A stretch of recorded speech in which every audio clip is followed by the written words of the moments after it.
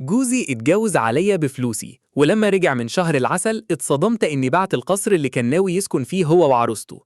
كانوا فاكرين انهم هيعيشوا ملك وملكة على قفايا للأبد، بس الغلطة اللي عملوها انهم نسيوا ان الست اللي بنت الامبراطورية دي قادرة تهدها فوق دماغهم في ثانية. انا صوفيا، سيدة اعمال ناجحة وبصرف على عيلة جوزي مدحت اللي ما بيعملش حاجة غير انه يتمنظر بفلوسي. في يوم كنت في مكتبي بموت نفسي في الشغل، فتحت انستجرام وبالصدفة شفت صورة نزلتها حماتي ليلى، صورة فرح. جوزي مدحت لابس بدلة العريس وماسك ايد نهى، موظفة عندي في الشركة، والكل بيضحك في الصورة. حماتي كتبت تحتها: أخيراً ابني لقى الست اللي تسعده وتجيب له الحتة اللي ناقصاه.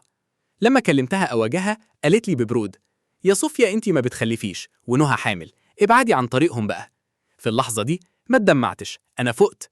مدحت وعيلته كانوا عايشين في قصري وراكبين عربياتي وبياخدوا مصاريفهم مني، وفي الآخر خانوني بدم بارد.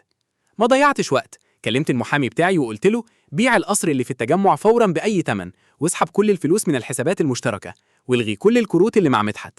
بعد 3 أيام مدحت رجع هو ونهى من شهر العسل، وهم متوقعين إني هستقبلهم بالدموع وأسامح عشان البيبي. وقفوا قدام بوابة القصر، مدحت بيحط المفتاح ما بيفتحش. الأمن قال له ببرود: يا فندم القصر ده اتباعت من 24 ساعة، والملكة الجديدة هي اللي استلمت، اتفضل بره. نهى وقعت منها الشنط، ومدحت وقف مصدوم ووشه جاب ألوان. وانا كنت بتفرج عليهم من كاميرات المراقبه ومن ورا شباك عربيتي وانا بضحك لاول مره، لان دي كانت مجرد المقبلات اللي حضرته لهم بعد كده هيخليهم يندموا على اليوم اللي فكروا فيه يخدعوني.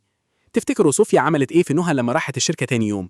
وايه الفضيحه اللي جهزتها لمدحت وسط اهله وخلت حماتها تبوس ايديها عشان تسامحهم؟ الحساب لسه مخلصش، والضربه اللي جايه هي اللي هتنهي مستقبلهم للابد. مين عايز يكملها؟ سيب لايك، كومنت واشتراك علشان يوصلك الجزء التاني.